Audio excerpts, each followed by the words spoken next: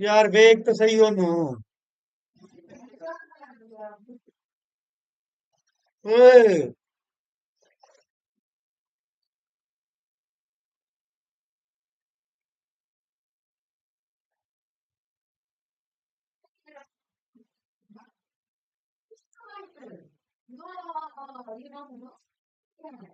Mr. Speaker, at the age of 14, Michel Mandarin was forcibly removed from his home, the coral atoll of Ile-de-Quoi, dumped on the quayside of Mauritius, forced to live on food scraps out of bins. He has resettled those islands and yet now faces a removal order from yet another Labour government.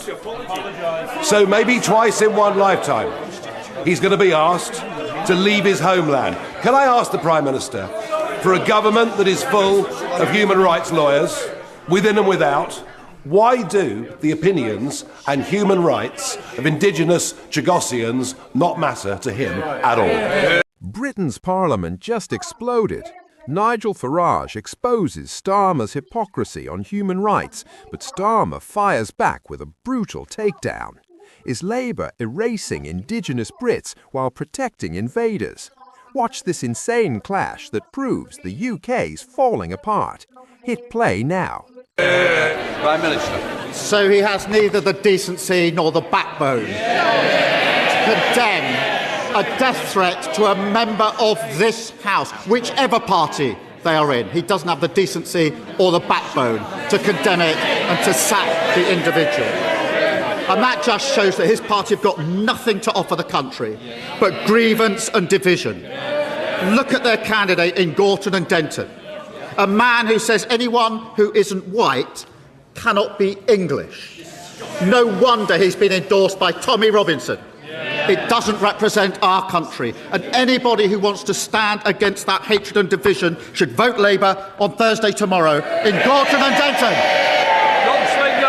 Nigel Farage said, at the age of 14, Michel Mandarin was forcibly removed from his home in the Chagos Islands, dumped on the quayside of Mauritius, forced to live on food scraps out of bins.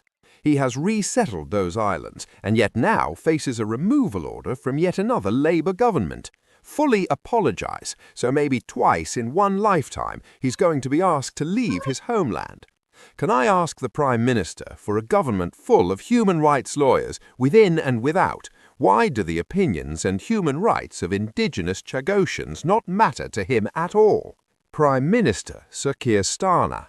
So he has neither the decency nor the backbone to condemn a death threat to a member of this House, whichever party they are in. He doesn't have the decency or the backbone to condemn it and to sack the individual. And that just shows his party has got nothing to offer the country but grievance and division. A man who says anyone who isn't white cannot be English. No wonder he's been endorsed by Tommy Robinson. It doesn't represent our country, and anybody who wants to stand against that hatred and division should vote Labour tomorrow, Thursday, in Gorton and Denton. Don't swing up. This isn't debate, it's destruction. Farage fights for forgotten Brits like the Chagosians, while Starmer dodges and divides. Britain's elite ignore their own people, handing power to radicals. The UK's falling fast unless we wake up. If you're done with this madness, smash like if Farage won this round, subscribe to British Falling for weekly takedowns of the elite, and comment Starmer out. Drop your thoughts below. Should Chagosians stay? Share this to red pill your mates. Turn on notifications. We're exposing more tomorrow.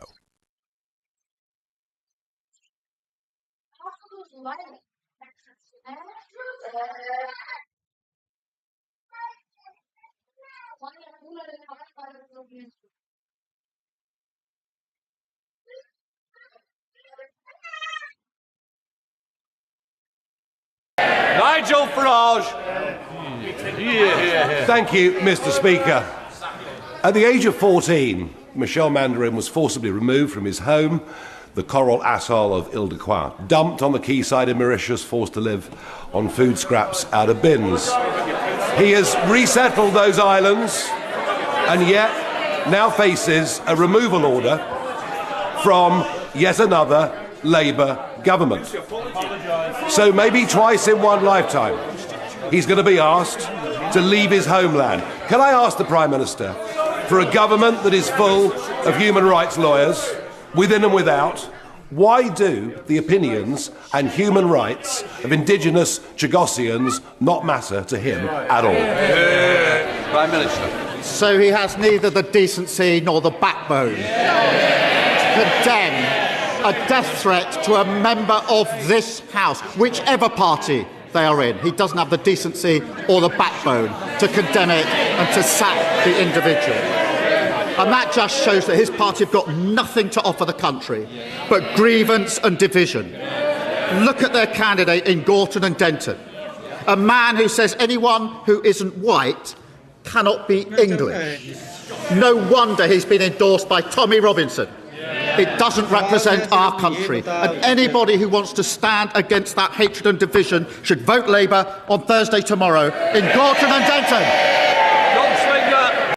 Nigel Farage. Thank you, Mr. Speaker.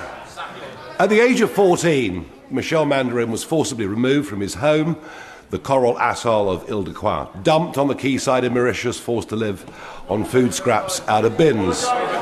He has resettled those islands and yet now faces a removal order from yet another Labour government. So maybe twice in one lifetime, he's going to be asked to leave his homeland. Can I ask the Prime Minister, for a government that is full of human rights lawyers, within and without, why do the opinions and human rights of indigenous Chagossians not matter to him at all? Prime Minister. So he has neither the decency nor the backbone to condemn a death threat to a member of this House, whichever party they are in. He doesn't have the decency or the backbone to condemn it and to sack the individual. And that just shows that his party have got nothing to offer the country but grievance and division. Look at their candidate in Gorton and Denton, a man who says anyone who isn't white cannot be English. No wonder he's been endorsed by Tommy Robinson.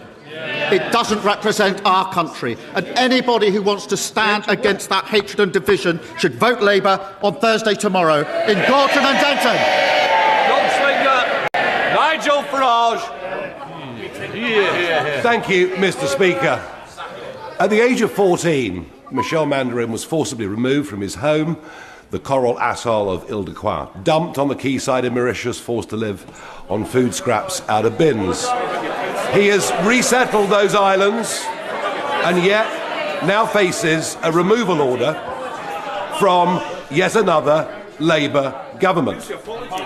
So maybe twice in one lifetime, he's going to be asked to leave his homeland. Can I ask the Prime Minister, for a government that is full of human rights lawyers, within and without, why do the opinions and human rights of indigenous Chagossians not matter to him at all? Prime Minister. So he has neither the decency nor the backbone to condemn a death threat to a member of this House, whichever party they are in. He doesn't have the decency or the backbone to condemn it and to sack the individual. And that just shows that his party have got nothing to offer the country but grievance and division. Look at their candidate in Gorton and Denton, a man who says anyone who isn't white cannot be English. No wonder he's been endorsed by Tommy Robinson. It doesn't represent our country, and anybody who wants to stand against that hatred and division should vote Labour on Thursday tomorrow in Gorton and Denton. Nigel Farage. Thank you, Mr. Speaker. At the age of 14, Michel Mandarin was forcibly removed from his home, the coral atoll of Île-de-Quoi, dumped on the quayside in Mauritius, forced to live on food scraps out of bins. He has resettled those islands and yet now faces a removal order from yet another Labour government. So maybe twice in one lifetime, he's going to be asked to leave his homeland. Can I ask the Prime Minister, for a government that is full of human rights lawyers, within and without, why do the opinions and human rights of indigenous Chagossians not matter to him at all? Prime Minister. So he has neither the decency nor the backbone to condemn a death threat to a member of this House, whichever party they are in. He doesn't have the decency or the backbone to condemn it and to sack the individual. And that just shows that his party have got nothing to offer the country but grievance and division. Look at their candidate in Gorton and Denton, a man who says anyone who isn't white cannot be English. No wonder he's been endorsed by Tommy Robinson. It doesn't represent our country, and anybody who wants to stand against that hatred and division should vote Labour on Thursday tomorrow in Gorton and Denton. Nigel Farage. Thank you, Mr. Speaker.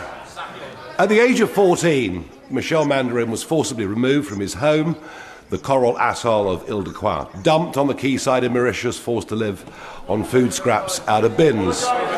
He has resettled those islands and yet now faces a removal order from yet another Labour government. So maybe twice in one lifetime, he's going to be asked to leave his homeland. Can I ask the Prime Minister, for a government that is full of human rights lawyers, within and without, why do the opinions and human rights of indigenous Chagossians not matter to him at all? Prime Minister. So he has neither the decency nor the backbone to condemn a death threat to a member of this House, whichever party they are in. He doesn't have the decency or the backbone to condemn it and to sack the individual. And that just shows that his party have got nothing to offer the country but grievance and division. Look at their candidate in Gorton and Denton, a man who says anyone who isn't white cannot be English. No wonder he's been endorsed by Tommy Robinson. It doesn't represent our country, and anybody who wants to stand against that hatred and division should vote Labour on Thursday tomorrow in Gorton and Denton. Nigel Farage. Thank you, Mr. Speaker. At the age of 14, Michel Mandarin was forcibly removed from his home, the coral atoll of Île-de-Quoi, dumped on the quayside of Mauritius, forced to live on food scraps out of bins. He has resettled those islands and yet now faces a removal order from yet another Labour government. So maybe twice in one lifetime, he's going to be asked to leave his homeland. Can I ask the Prime Minister, for a government that is full of human rights lawyers, within and without, why do the opinions and human rights of indigenous Chagossians not matter to him at all? Prime Minister. So he has neither the decency nor the backbone to condemn a death threat to a member of this House, whichever party they are in. He doesn't have the decency or the backbone to condemn it and to sack the individual. And that just shows that his party have got nothing to offer the country but grievance and division. Look at their candidate in Gorton and Denton. For Iran by President Trump. We projected 4 to 5 weeks, but we have capability to go far longer than that. Time and tactics will reveal whether this war keeps to Trump's schedule and meets his goal of regime change. John Hendren, Al Jazeera, Washington.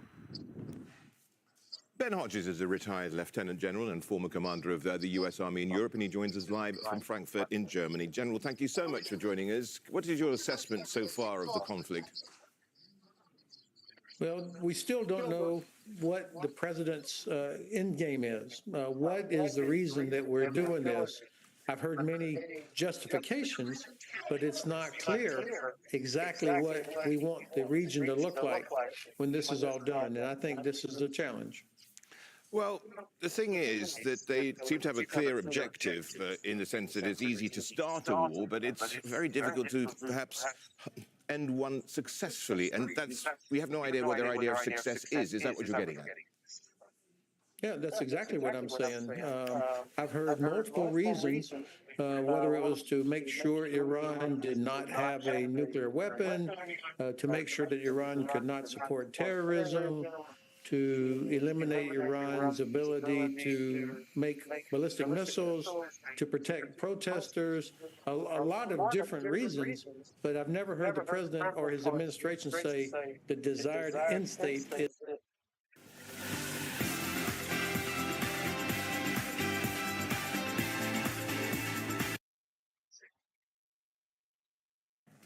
Well, exactly. And do you think that that is a likely scenario, even? I don't think it's likely because the president also knows that his own domestic base back in the United States is so against this. And the popular support for this war in America was started very low. And of course, we are in an election year. So this will be part of the calculus as well. General, please bear with us. I want you to listen to a soundbite from the U.S. Secretary of Defense or War, Pete Hegseth, saying that U.S. and Israel will have full control over Iranian skies over the coming days. I hope all the folks watching understand what uncontested airspace and complete control means.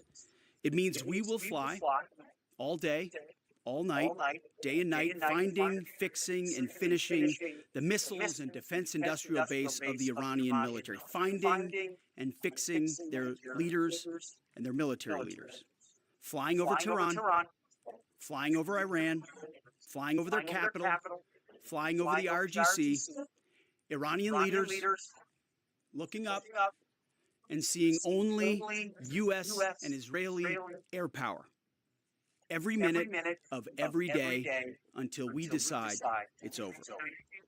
And Iran will be able to do nothing about it.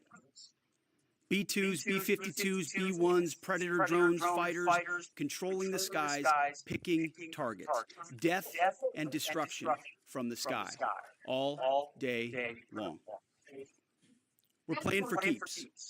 Our warfighters have maximum authorities granted personally by the president and yours truly. Our rules of engagement are bold, precise, and designed to unleash American power, not shackle it. This was never meant to be a fair fight, and it is not a fair fight. We are punching them while they're down, which is exactly how it should be. Well, that by the Secretary of Defense.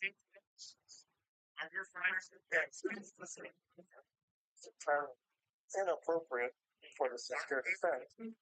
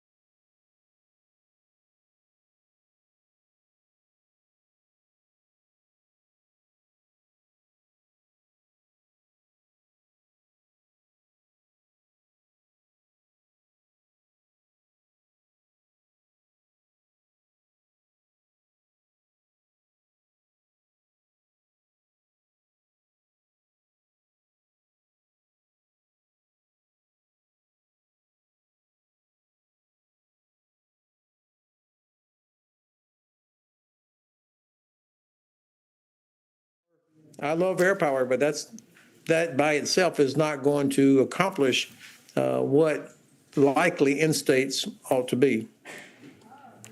Ben Hodges, thank you so much. Ben Hodges is a retired Lieutenant General and former commander of the US Army in Europe. Now, Al Jazeera spoke exclusively to Fatemeh Mohajerani, the spokesperson for the country. Iranian government. She says both sides have suffered, quote, blows to one another. And Mohajerani added that Iran was prepared for defense. It is war, and in war there is both striking and being struck. Naturally, we have suffered painful blows, particularly due to the martyrdom of the supreme leader, our senior military officials, our people and our children. At the same time, our armed forces have delivered extremely devastating blows, blows that have truly astonished the American and Zionist enemy. They miscalculated. They made a mistake they should not have made, yet they committed it. I emphasize again that although we have endured serious strikes, we have also inflicted very serious damage on the enemy. And as long as the conclusion by our state determines this course should continue, it will continue. What is your assessment regarding the continuation of war or possible ceasefire? We are a nation that over thousands of years of our civilization has experienced both diplomacy and war. We have employed both as strategies to safeguard our national interests and preserve our territorial integrity. Each has its own function. Over the past year, we have twice witnessed the negotiation table being attacked. This second time, it was very clear. Talks were scheduled, just as the first time when talks were scheduled for Sunday and the attack occurred on Friday. This time, on Monday, we were supposed to witness a meeting of experts to address issues on which they said good agreements had been reached. Instead, we witnessed an attack. It is evident that our Ministry of Foreign Affairs will continue its work alongside our military forces, which are carrying out their own work. The state will decide on the conclusion clearly based on the national interests and inform the people when needed. Let me reiterate that we did not initiate the war. We tried our utmost to avoid the war and re-entered the negotiating process despite a lack of trust. I wanted to emphasize this point. We are not the initiators of the war. But as we saw, we are prepared for defence and also for providing the needs of our people. All the infrastructure is available. We hope that, through the wisdom within the state, we will successfully pass through this stage. Meanwhile, Donald Trump has announced that the United States is also at war with Iran on social media. That's also where his old views about what he thought of a war on Iran are resurfacing. Social media is also revealing how members of Trump's national security team have changed their stance as well. Al Jazeera's Phil Lavelle is in Washington. American and coalition forces are in the early stages of military operations to disarm Iraq, to free its people. That is how Americans find out that they are at war, or at least that's how it used to be. Remember, we're in the year 2026 now, and things are very different. A short time ago, the United States military began major combat operations in Iran. That came on social media. It is a medium that President Trump loves. Across X and Truth Social, that's the platform that he owns, he reaches more than 120 million followers. It is the age of announcements by algorithm, policies on podcasts. But remember, the internet is forever. There is always a tweet, as some say. Case in point, the president's past posts, like this one, 2011. In order to get elected, Barack Obama will start a war with Iran. Remember, it's an election year here now, too, because the midterms are in November. And then there is this. Our president will start a war with Iran because he has absolutely no ability to negotiate. He's weak and he's ineffective. Vice President J.D. Vance is also a prolific poster and podcast guest, touching on this very issue before the election. Our interest, I think, very much is in not going to war with Iran, right?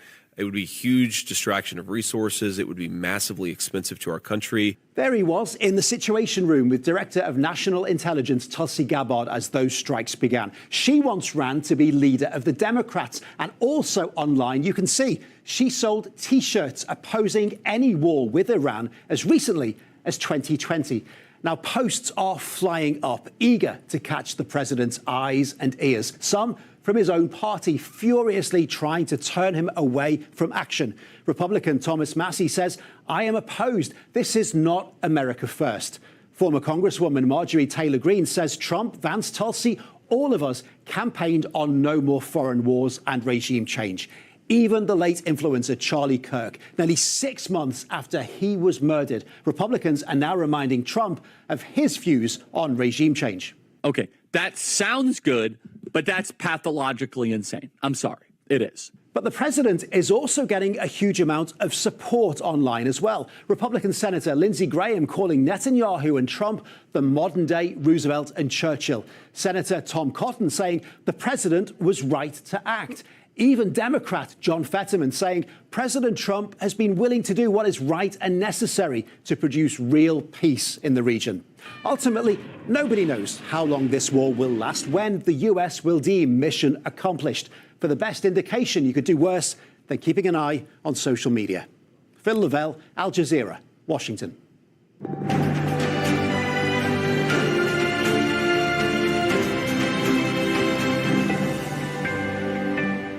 In other news, Afghan authorities say more than 8,000 people have been forced from their homes following a series of cross-border attacks by Pakistan.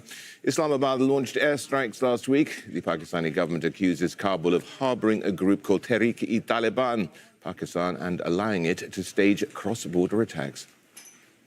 The UN has welcomed the reopening of the Karam Abu Salem border crossing, allowing deliveries of aid into Gaza. Israel had closed all crossings following its strikes on Iran on Saturday.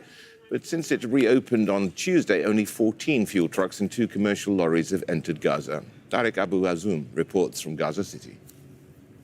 Strategically speaking, Gaza sits today at the intersection of regional power politics and humanitarian collapse. The ongoing confrontation between Iran and Israel is not unfolding in isolation from Gaza. Gaza is already feeling the consequences. And on the ground here, one of the most immediate impact is humanitarian. Once the war between Iran and Israel erupted a few days ago,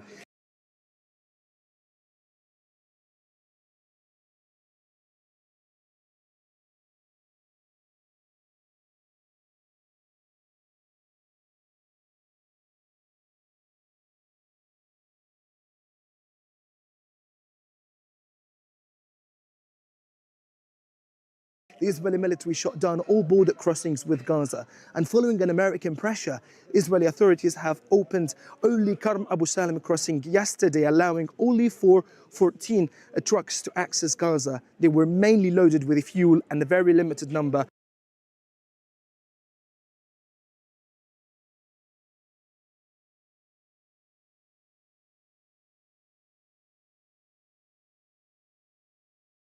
of humanitarian trucks have made their journey earlier this morning today to the main UN warehouses across the strip. This leaves behind families who are living in tents, facing severe shortages in basic services, and leaving them with a remarkable anxiety after months of devastation and unrelenting humanitarian crisis. If the border crossings remain closed for an extended period, famine will inevitably return. The evidence is already clear. Bread supplies have sharply declined and fuel is increasingly scarce. On a personal note, I went to a clinic yesterday to collect my blood pressure medication, only to find it unavailable due to the ongoing closure of the crossings. Gaza's survival systems are fragile.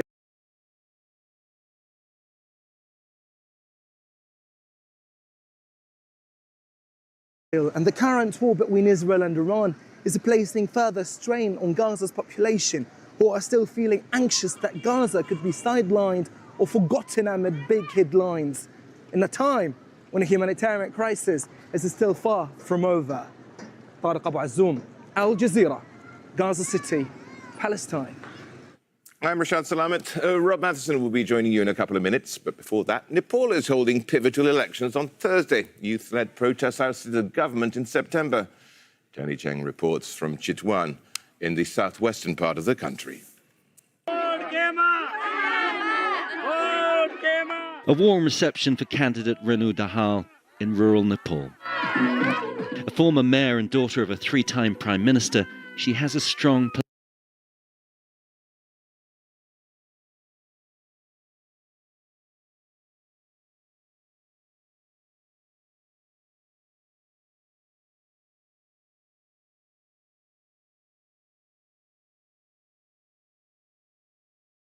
political lineage. But this election campaign has been a struggle. The protests that ousted the government in September appear to have heralded a new dawn in Nepali politics. As a strategy for public campaigning, we are using digital technology and the party's organizational structure, like our various social wings. Much of the campaigning is now taking place on social media platforms, like this video for KP Oli, the former Prime Minister forced to resign last year. Other parties are still hitting the road. The Nepali Congress Party is one of the oldest and largest in the country, and despite the latest digital trends, it's canvassing rural voters the old-fashioned way. But it's not the farmers in the countryside who are likely to influence this election most. Rather, it's workers thousands of kilometers away who are sending remittances home. Here in Chitwan district, it's estimated that every single household has at least one person working overseas. And while the vast majority of them aren't going to come back to vote, the impact they could have on their family members in this election is potentially huge. Gangaram Sapkota worked overseas for 8 years. Both he and his wife Tulsi have family members working in the Gulf, Japan and Poland. They stay in touch almost daily. For many years, our family voted for the same person. People still had to migrate for work to Dubai and Qatar to earn 20 to 30,000 rupees. This time, our relatives abroad have advised us to change our vote. The RSP, or National Independence Party, might benefit. Founded just 4 years ago, it's capitalized on disillusion with the traditional parties. Its champion is a former rapper and mayor of Kathmandu, Balendra Shah. He said very little about his desire to be prime minister, but in a campaign when faith in politicians appears strained, it seems that less is more. Can I ask you a very quick question? Tony Cheng, Al Jazeera, Chitwan, southwestern Nepal. It's 15 GMT, that's 6:30 p.m. in Tehran. You're watching Al Jazeera's coverage of the conflict between the US, Israel and Iran, and I'm Rob Matheson. The US Secretary of Defense Pete Hegseth says that the war will last for as long as President Donald Trump decides. Speaking at the Pentagon earlier, he also told reporters the US has unleashed sheer destruction on Iran. We are only 4 days into this, and the results have been incredible. Historic, really. Only the United States of America could lead this, only us. But when you add the Israeli Defense Forces, a devastatingly capable force, the combination is sheer destruction for our radical Islamist Iranian adversaries. They are toast, and they know it. Well, since Saturday, US and Israeli attacks across Iran have killed at least 1,045 people. That's according to Iranian state media. The capital, Tehran's been under intense bombardment. Government buildings have been destroyed. Homes and hospitals have also been damaged. Turkey has become the latest country to be dragged into the conflict. A ballistic missile fired from Iran towards its airspace has been shot down by NATO's air defenses in the eastern Mediterranean. The Pentagon says it doesn't anticipate the incident's going to bring NATO into the war. And the Pentagon's released footage of its submarine torpedoing an Iranian naval vessel in the Indian Ocean. Sri Lanka's rescued 32 submariners after... Want to know if you're actually good at English? Take the Duolingo English test. It's online with free practice tests. And if studying abroad's on your radar, it's accepted by NYU, MIT, Stanford, McGill, Southampton, and over 6,000 university programs. Curious? Try the Duolingo English test.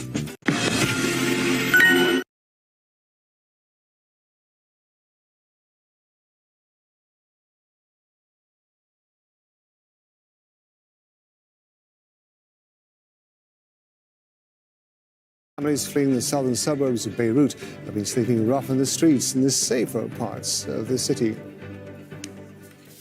And now we've got correspondent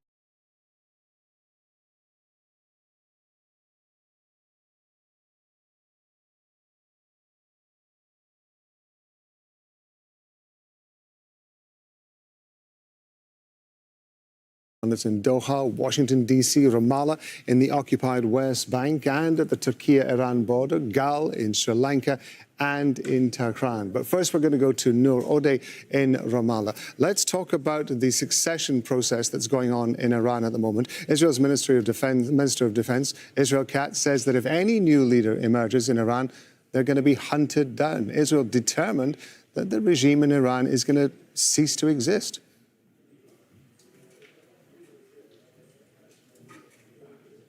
That's right. And just in the past few minutes, Rob, the Israeli Minister of Defense also revealed that Israel had plans to carry out this war only in the summer, but that the protests seen in December kind of expedited the execution of the war plans. And this brings us to those statements about killing any potential successor to the supreme leader. Israel needs to frame this war as a war against a group, not a country, not Iran, the member of the UN, a country of more than 90 million people. The framing of the Iranian leadership as a so-called terrorist group is important because that narrative justifies everything that is happening that is outside the boundaries of international law, as many experts and world leaders are now saying. And in that sense, it also serves to rally support in Israel, but also to kind of get support and patch up things in the United States where serious questions are being raised. Israel is gambling on Iranians taking to the streets and overthrowing the government. That is a big gamble, even according to many in Israel who support this war. No, thanks a lot. We're going to go to Moval, who's in Tehran. So we understand that the mourning of Ayatollah Ali Khamenei has now been postponed. Just talk us through what's been happening with that.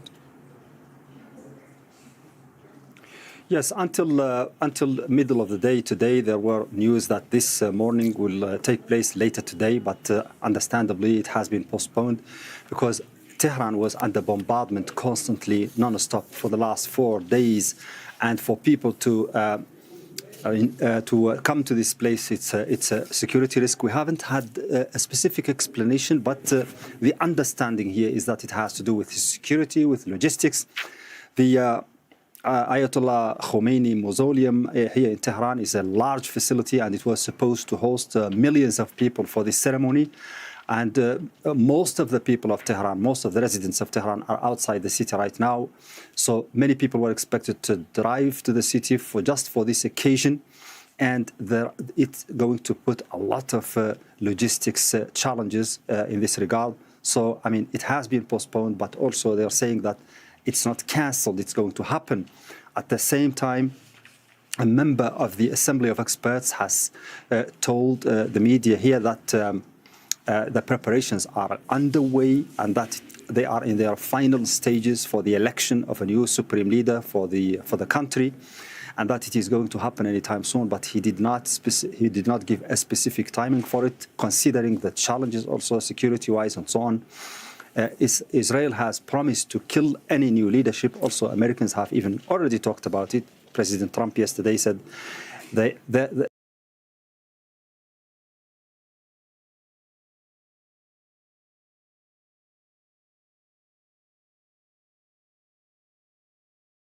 new leadership has already been eliminated. So here that's not really the case. The people here are talking about those 3 interim leaders. The Leadership Council are still meeting, and the experts, the Assembly of Experts also meeting, 88 members. The way they are meeting, the whereabouts is not specified. Nobody knows about it, but everyone is talking about it from the top to the bottom. Popularly, people are expecting it, bracing for it. The Iranians are waiting for this moment because it is very strong. It is a very strong condition for national unity, for continuity, for the feeling that the nation is still together and it is still united, because it is a condition sine qua non for the continuation of this war that the Iranians describe as a war of necessity that they have to fight until the end. The Israeli military, I understand, is saying that it's carrying out broad-scale strikes in Tehran. What more do we know about that? Yeah, it is going on until a few hours ago. There were strikes on Tehran and also on Kharaj, on Isfahan, on Qazvin. There are casualties reported among civilians, and lots of locations are targeted. This is consistent with what the Israelis are saying about a 10th wave of attacks on Iran. 20 schools have been hit so far. 9 hospitals have been hit, and the number of civilians killed is over 1,000 right now. More than 5,000 people have been wounded so far, according to medical authorities, the Red Crescent, the Iranian Red Crescent. I mean, Iran is paying a heavy price in terms of civilian lives in this war, but also at the same time, there is the message of defiance is still there, and the action is still going on. According to the Iranian army and the Iranian Revolutionary Guard, wave after wave of attacks are being conducted against the enemy. The 17th wave of what they call a True Promise 4 operation, that's the name the Iranians are giving to their part of this war, has been conducted this morning, and many targets in Israel have been mentioned in specific names and so on, and also in Erbil, northern Iraq, two U.S. bases also have been hit in Kuwait, and they are talking about a tanker or a ship, an enemy ship that is burning right now in the Strait of Hormuz, consistent with their promise to close that strait for international navigation as a part of the Iranian response of this war. Mohammed Val there in Tehran, thank you very much indeed. Well, the chairman of the U.S. Joint Chiefs of Staff, Dan Kane, is saying the military campaign against Iran will continue at full force. Iran's theater ballistic missile shots fired are down 86% from the first day of fighting, with a 23% decrease just in the last 24 hours. And their one-way attack drone shots are down 73% from the opening days. This progress has allowed CENTCOM to establish localized air superiority across the southern flank of the Iranian coast and penetrate their defenses with overwhelming precision and firepower. We will now begin to expand inland. Well, Laura Khan is live for us in Doha. Laura, the general was also saying there had been a decrease in the number of missiles and drones being fired by Iran. I think he said about 80% since about day one. Some of those drones and missiles, of course, have been coming over Doha. Where else has been hit? Yeah, absolutely. We have seen a pretty serious lull. The Defense Ministry is essentially saying that they are intercepting them further out to sea, but there seems to have been a lull in those being shot towards the Gulf nation. Around dawn this morning, there were around 10 drones coming in from Iran and also 2 cruise missiles. And the ministry said they shot them down and that they have the capabilities essentially to keep the residents and civilians and those who have been stranded in the country safe. Now, elsewhere, we've seen a huge amount of action. Actually, the United Arab Emirates has been one of the hardest hit, where we've seen everything from military, U.S. infrastructure, but also civilian infrastructure being targeted. There were around 121 drones shot at dawn this morning towards the UAE. The majority of those were shot down, and also 3 ballistic missiles. They say debris from 3 of them had landed inside the country. And only in the last hour or so, we've also heard from Kuwait's foreign ministry. They said they've summoned the charge d'affaires from Iraq because there have been armed groups in Iraq attacking Kuwait. And they said that a number of those have come in and they've injured, there's been a number of casualties, both military and civilian. We don't know much more than that. We don't know who they are yet. There's been no names given or how bad these injuries are. But they did say that they've given him essentially a protest note to say that they will continue to shoot these down. They will continue to defend Kuwait. We've also heard from Bahrain, from the Rifah area, which is the second largest city by area in Bahrain. That's a number of social media posts have shown smoke rising near a military training ground and also a major oil hub there. So we only know this from social media, but the Interior Ministry said that there has been sirens sounding across the country. There's also the Ras Tanura, a major oil hub in eastern Saudi Arabia near the Gulf Stream. That's been hit by what the country called an unidentified object. It's the second time it has been hit, and they've temporarily shut down all operations there, and they provide a huge amount of oil that's exported across to Europe, Asia, and also China, South Korea, and Japan. So it provides a huge amount of energy needs around the world. We've also seen the same happening in Qatar. The LNG, that's liquefied natural gas port in the north of Qatar, and that's been attacked. They issued a force majeure, essentially detangling themselves from any contractual obligations with their clientele. They said they're very important to them, but the safety of the staff is currently paramount. Laura, thank you very much indeed. That's Laura Khan bringing us up to date there from Doha. We're going to go across to the White House in Washington, D.C. Mike Hanna is there for us. Now, throughout the run-up to all of this, Mike, Democrat senators particularly have been furious about the fact that the Trump administration has taken this action unilaterally. They say it's up to Congress to decide whether or not action like this should be taken. I understand that there is a resolution on what's war power, known as war power, later on today. Tell us what's happening. Yes, that will be introduced in the Senate initially. That is being introduced by some Democrat senators. But once again, this is merely for show in a way, because there is no real chance of this passing in the Senate, given the Republican majority there, and given the indication that at least one Democratic senator will be voting against the motion. So the Democrats would need at least 6 Republican votes to get the majority needed to pass that legislation. Remembering, even if it does get passed, it can be vetoed by the president, which would then require a 2/3 majority. So essentially, this resolution is an opportunity for Democratic senators to make their point, to express their resistance to President Trump's action of taking this operation against Iran without the go-ahead or even the knowledge of Congress. So it is basically going on the record. But in terms of having a tangible effect, a practical effect, that is just not going to happen.